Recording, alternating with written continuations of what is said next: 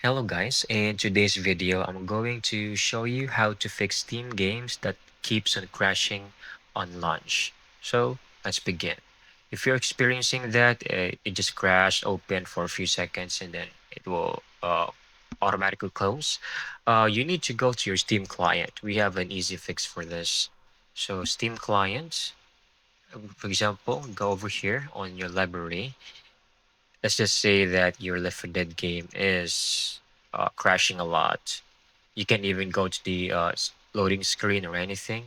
What you can do is right click, go to properties, okay? Then you can go to installed files. You will see an option in here to verify the integrity of the files. Click on that. Then it will show a progress that it's actually trying to verify the files. It might take a while, but once it's done, it will show a message like this.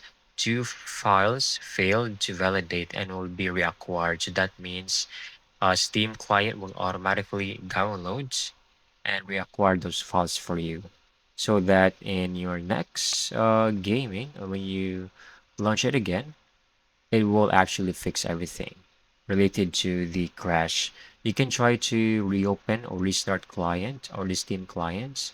Then go ahead, select the game, play it, and everything should now be fixed. And that's it. I hope you found this video very helpful.